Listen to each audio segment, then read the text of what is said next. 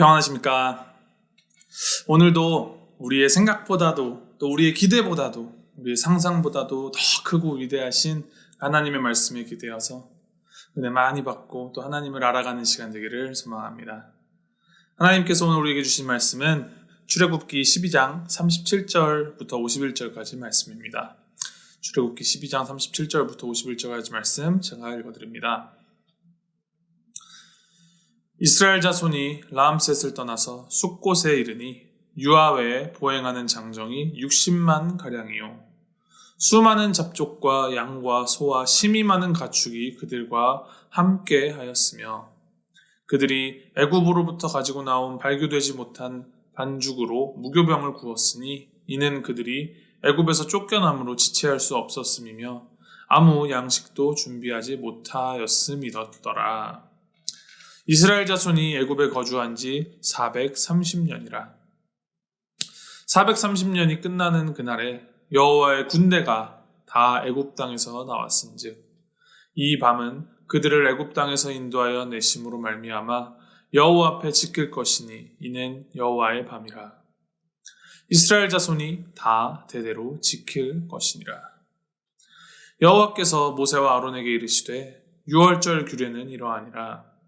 이방 사람은 먹지 못할 것이나 각 사람이 돈으로 산 종은 할례를 받은 후에 먹을 것이며 거류인과 타국 품꾼은 먹지 못하리라.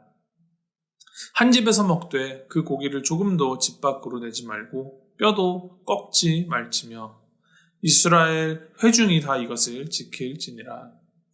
너희와 함께 거류하는 타국인이 여호와의 유월절을 지키고자 하거든 그 모든 남자는 할례를 받은 후에야 가까이 하여 지킬지니 곧 그는 본토인과 같이 될 것이나 할례 받지 못한 자는 먹지 못할 것이니라. 본토인에게나 너희 중에 거류하는 이방인에게 이 법이 동일하니라 하셨으므로 온 이스라엘 자손이 이와 같이 행하되 여호와께서 모세와 아론에게 명령하신 대로 행하였으며 바로 그날에 여호와께서 이스라엘 자손을 그 무리대로 애굽 땅에서 인도하여 내셨더라. 아멘. 본문 말씀에서 이제 이스라엘이 드디어 애굽을 떠났습니다. 그 수가 얼마나 되었냐면 유아 외에 보행하는 장정이 60만 가량이라 하였습니다. 이 60만이라는 숫자 자체에 대해서는 성경학자들 사이에서 논란이 분분하지만 요셉에 의하여서 처음 야곱의 가족이 430년 전에 애굽으로 이주하여서 왔던 숫자, 그리고 이제 출애굽을 하는 이스라엘 백성들의 숫자를 비교해보면 정말 어마어마하게 이스라엘 백성의 숫자가 늘어서 이제 하나님께서 약속하신 땅으로 그들이 떠나게 된 것입니다.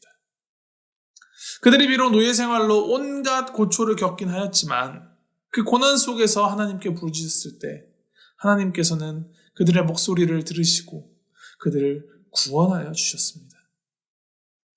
먹을 것이 없어서 요셉 한 사람에게 의지하여 빈손으로 애굽으로 정말 말 그대로 빌붙으려고 들어왔었던 그 이스라엘 가족이었죠. 이스라엘 백성이 고난도 있었지만 정말 많은 가축들과 모든 재산들을 다 들고 모든 사람들이 함께 약속의 땅으로 나아가는 모습을 떠올려보면 하나님은 이 430년이라는 긴 시간 속에서도 이스라엘을 한시도 잊지 않으셨으며 신실하게 그 하나님의 사랑하는 백성들을 이끄시고 구원을 베풀어 주시는 분이시라는 것을 우리가 되새길 수 있습니다.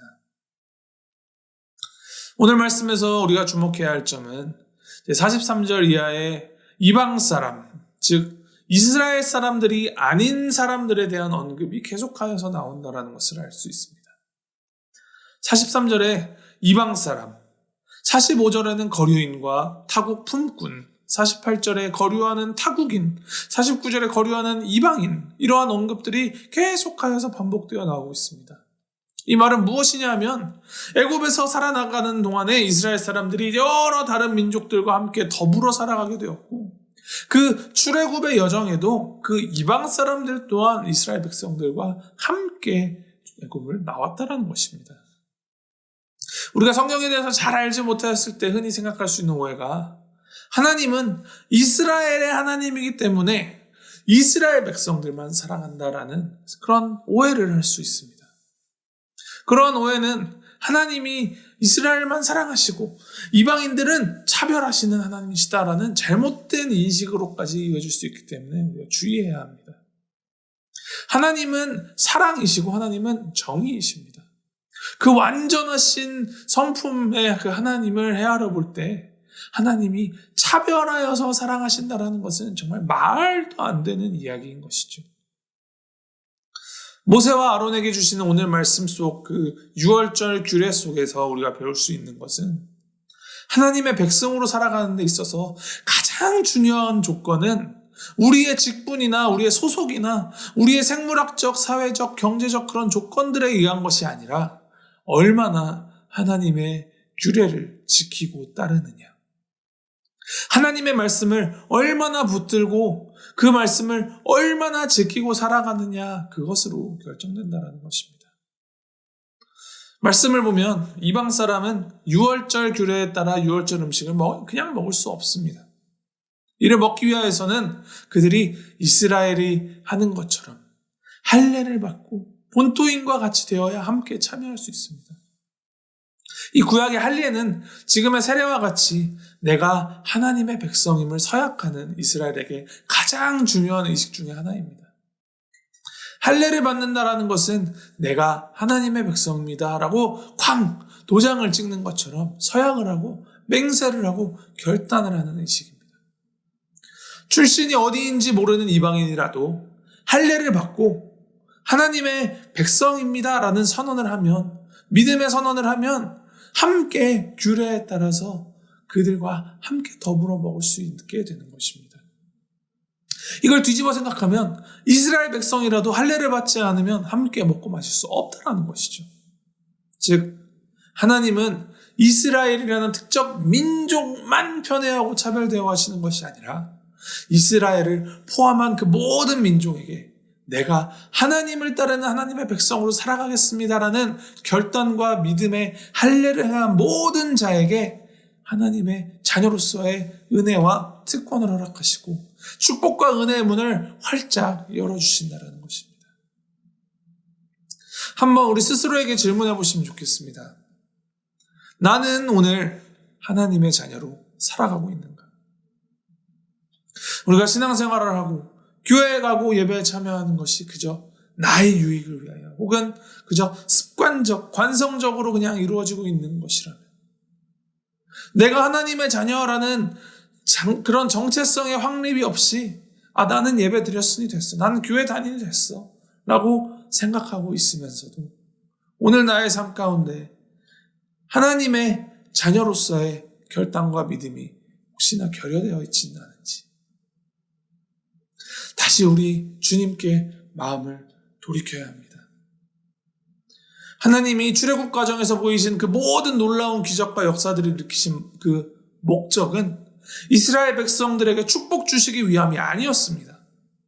진짜 목적은 우리가 애굽 사람들과 모든 과정을 겪어간 그 모든 민족과 백성들이 하나님의 하나님 되심을 깨닫게 하시기 위함이었습니다. 이를 기억하면서 말씀 속에 기록된 그 놀라운 기적의 하나님이 오늘 지금 이 순간에도 우리를 위하여 일하고 계심을 믿고 내가 하나님의 백성이다라는 믿음의 고백을 하며 하나님께서 주신 말씀을 지키고 살아가기를 멈추지 않는 우리가 되기를 소망합니다. 한 가지 더 오늘 말씀을 통하여서 도전받을 수 있는 점은 하나님의 그 구원의 문, 하나님의 축복의 문은 모든 믿는 자에게 열려 있음을 기억하며 아직도 우리 주변에 하나님을 알지 못하고 정말 그 믿음이 없으신 분들을 위해서 우리가 함께 기도하고 그들에게 예수 그리스도의 복음을 전해야 한다는 것입니다. 복음은 나누면 나눌수록 더 거대해지고 더 강력해집니다. 우리 스스로가 복음을 믿는 그 믿음 안에서 살아가고 또 이 복음을 알지 못하는 분들에게 진짜 복음의 기쁨, 복음의 힘을 전하는 복음의 통로로 살아가는 우리의 삶, 또 우리 교회가 되기를 주님의 이름으로 축원합니다. 우리 함께 기도하시도록 하겠습니다. 하나님 아버지, 한량 없고 다함 없으신 그 주님의 그 사랑 감사드립니다. 모든 믿는 자들에게 베풀어 주시는 그 주님의 그 사랑과 은혜, 하나님, 우리가 이를 기억하며 주님을 향한 믿음으로 살아가기로 결단하오니 주님, 우리에게 굳건한 믿음 주시고 주님을 향한 믿음이 날마다 더 자라나도록 하여 주시옵소서. 아직 복음의 참 기쁨을 알지 못하는 분들을 위해 주님 기도합니다. 하나님, 우리가 믿고 의지해야 할 분 오직 하나님이심을 깨닫게 하여 주시고 그 모든 마음들 가운데 심겨진 복음의 씨앗들이 속히 자라나 우리와 함께 하나님의 하나님 되심을 인정하고 함께 예배하고 찬양하기를 소망합니다. 하나님, 우리가 주님의 복음의 통로의 역할을 잘 감당하며 살아갈 수 있도록 주님 붙들어 주시고 인도하여 주시옵소서. 이 모든 말씀 신실하시고 변함없으신 우리 주 예수 그리스도의 이름으로 기도하였습니다. 아멘.